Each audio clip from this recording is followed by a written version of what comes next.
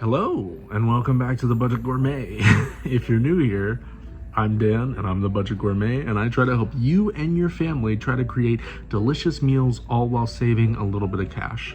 This is a weird angle, I'm not gonna lie. It is close to midnight as I'm filming this. I found out that I left the tripod in the car, so if this video is shaky or whatever else like that, I apologize, but I left the tripod in the car. I don't want to go get it. I'm tired. It is very dark outside, and I don't want to do that. I wanted to get this video out sooner, but with the holidays and with everything that's been going on, Thanksgiving, I just enjoyed it. I just did what I was doing and wasn't able to get the video out as how I wanted to, but it is still around the time of Thanksgiving, so I'm gonna put the video out anyway. I wanted to try something different, but I also see a lot of other restaurants, and I've seen other people do, is basically taking everything that you would love about Thanksgiving and all of the elements, or a lot of the elements of the Thanksgiving meal, and making and putting it into a sandwich. But I haven't necessarily seen a turkey burger. What is more Americana than Thanksgiving? And what is more Americana than a burger, fries, and a shake? Just thought, why not combine the two? And this is a perfect recipe. I feel like to use a lot of those Thanksgiving leftovers and try to make them a little bit more interesting, maybe just have them in a different fashion. And if you don't like the idea of that, well, this video probably isn't for you and you can watch something else. Today we're going to be making a Thanksgiving turkey burger with some homemade fries and a sweet potato milkshake with toasted marshmallows. Doesn't that sound divine? Probably not, but we're gonna make it anyway. I hope that you and your family had a wonderful Thanksgiving. I'm just thankful for each and every one of you. So without further ado, let's just make this Thanksgiving turkey burger. I will list the recipes that I use down below in the description or somewhere on the screen. Thank you guys so much for watching, and let's just get right into the video. Goodbye. Ta ta ta ta ta. Ta ta ta ta ta ta. Okay, so the first part of our long list of things to do is our sweet potatoes. This is going to take the longest amount of time.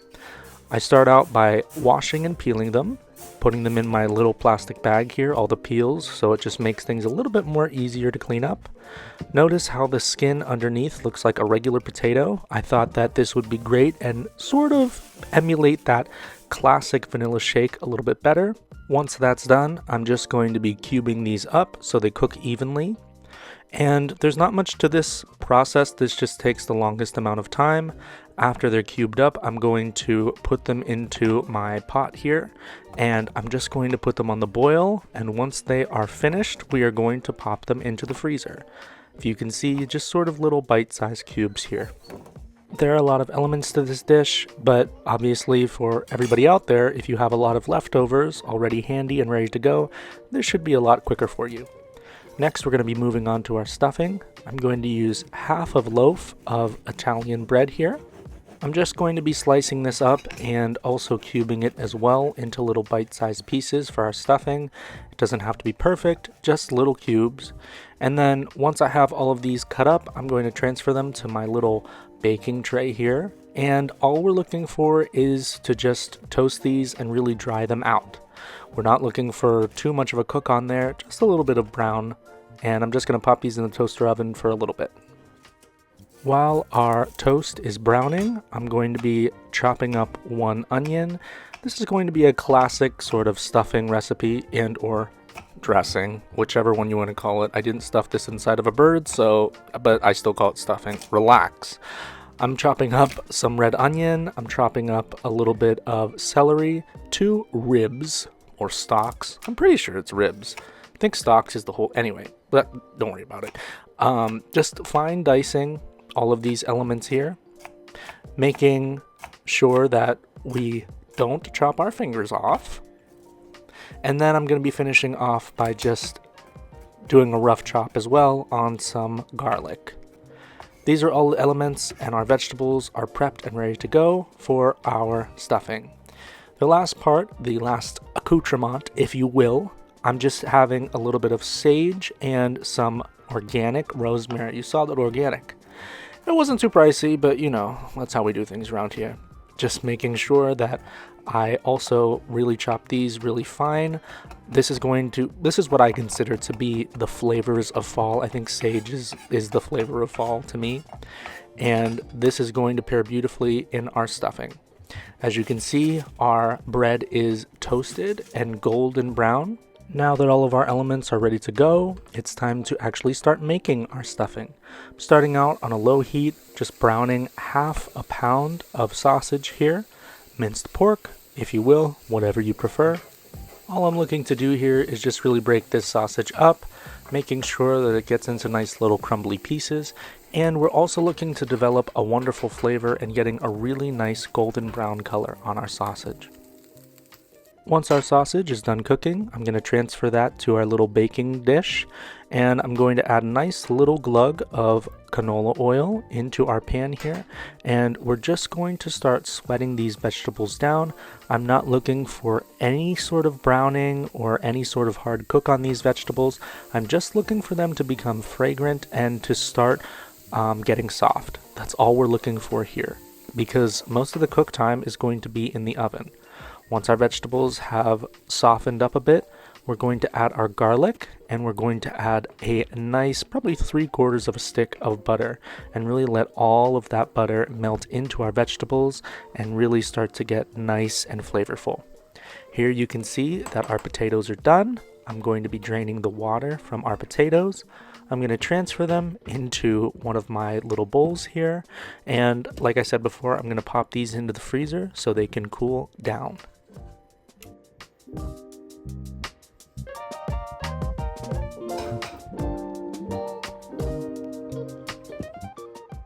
After our butter has melted nicely, I'm going to add a little bit of seasoning, just some salt and pepper, nothing too crazy, because there's already going to be a lot of wonderful seasoning in our sausage. Once our vegetables have softened up and are finished, we are going to add them to our sausage. The next thing we're going to be doing is we're going to be adding our croutons and or little cubes of bread. Now this is the most important part. We're going to be adding some turkey stock, but only a little bit at a time, making sure that we're mixing well. We don't want to have too much turkey stock in there. We just want enough for the bread to be able to soak it all in and just be a little bit moist, because we want to develop a nice little crust as well. I'm going to cover this up with some foil and put it in my oven at 350 for about half an hour. Next, we're moving on to our cranberry sauce. I'm using fresh cranberries here, 12 ounces. After giving them a nice good wash, I'm going to be adding a cup of sugar, half a cup of water, and the zest and the juice of an orange.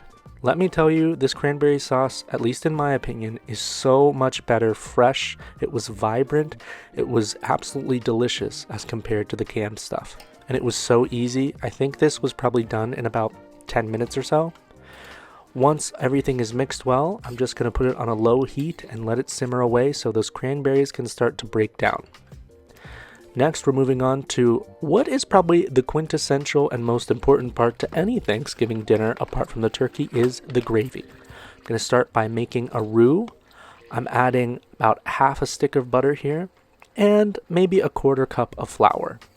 As soon as that flour hits our butter, I'm going to mix this in very well and continue to mix because I don't want it to burn.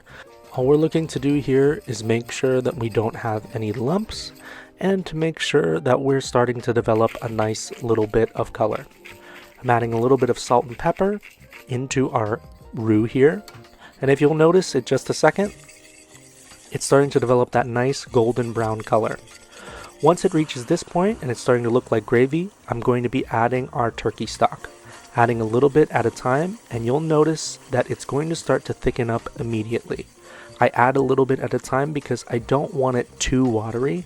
I like a little bit of a thickness to my gravy, and if it is a little bit too thick, at least in my opinion, it's always easier to add a little bit more turkey stock as opposed to creating another roux with flour and butter and all of that stuff. Once my gravy has reached this sort of consistency where it's sticking to my spoon, but not super thick and chunky, this to me is the perfect gravy consistency. Now that our gravy is finished, it's time to check up on our cranberry sauce. If you noticed, it didn't take long at all, probably about 10 minutes in total, but those cranberries broke down beautifully. The sauce sort of creates itself with just a little bit of heat, and all of those flavors paired together just tasted absolutely wonderful, and it's so much better than the canned stuff. We're just going to move this aside and let it cool down. The last and final part of our dish that we're going to be really prepping for is our French fries. After filling up my Dutch oven just a little bit under halfway full, I'm going to be taking some washed russet potatoes, and pretty self-explanatory, we're just going to be cutting them into fry shapes. If you can see here, I like a little bit of thickness to my fries, not necessarily shoestring, not necessarily steak fries. I'm going to double fry my French fries. My oil starts out at a temp of about 325 degrees Fahrenheit. Just letting these fries swim around the oil. All we're looking here is to just cook the fries internally. We're not looking for too much of a color on them. Like I said, the second fry is going to add that gorgeous brown color. While the first fry is going on, I'm going to be creating our turkey burgers. Nothing too complicated here, just forming our turkey into patties. 93% lean, 7% fat. Adding a little bit of salt and pepper. That's it, because we already have so many flavors going on with this burger. I didn't want to overwhelm it by adding too much seasoning to our burger itself. Once the first fry is finished, as you can see, pretty much cooked all the way through, you can start to see it's just getting a tad bit brown, and the fries are starting to float up to the surface. That's when you know they're probably cooked internally. While the first batch of fries is cooking, I'm going to start our cooking process on our turkey burgers. I have my pan on a high heat with a little bit of oil, and I'm just throwing those turkey burgers right in, flipping maybe every 1.5 to 2 minutes. I really want to develop a nice brown on those turkey burgers because that means more flavor. The total cook time on these burgers was probably about 10 minutes or so, but I really wanted to make sure that they were cooked through. I never want to play around when it comes to poultry because I don't want to get sick. As you can see, I always start a little timer there on my phone just to keep track. I lowered the heat after a nice crust was formed on the burgers, sort of treating it like a steak. After lowering the heat, I like to add butter just to keep the burgers moist and just also to help the burgers cook a little bit faster as well. On the final flip, once the burgers are essentially cooked all the way through, I'm going to be adding my American cheese and just letting these sit in the pan and melt. Now that our burgers are done, it's time for the second fry on our French fries. After I took the fries out of the first time, I put my heat up to about 350 degrees Fahrenheit, and we're putting all the fries back in until they reach a nice golden brown. For the first cook, it was probably about maybe 4 minutes or so. For the second cook, probably about the same amount of time. You just have to really watch and eyeball it, and sort of it's up to your own judgment as to when they're done, once they start turning golden brown. After I transfer my fries to a large bowl, I just add a little bit of salt and pepper and make sure that after they are seasoned well, is to give them a nice shake so the seasoning can be dispersed evenly. In my leftover burger grease, I added some French's fried onions, just wanting to get them crisped up, and these are going to pair lovely on top of our burger. The last and final part for our burger is just toasting up our buns. I'm using a nice brioche bun here, a little bit of sweetness and just looking for a nice toast on them, a little golden brown. Guys, we are almost at the finish line. The final part of our Thanksgiving burger, fries, and shake is the shake part. Remember those sweet potatoes from before where they are cooled down, and we're just going to transfer them to a blender along with some French vanilla ice cream, some maple syrup, which is another beautiful fall flavor. I'm going to add a little bit of milk, adding more as I go just to make sure the consistency is right, and a pinch of salt. Blend it all up. Once you have the right consistency, however thick or as not thick as you want it, then all we're going to be doing to finish off is we're just going to be toasting a couple of marshmallows. You toast them however you want to. I like them this way. And all we have left to do is just assemble.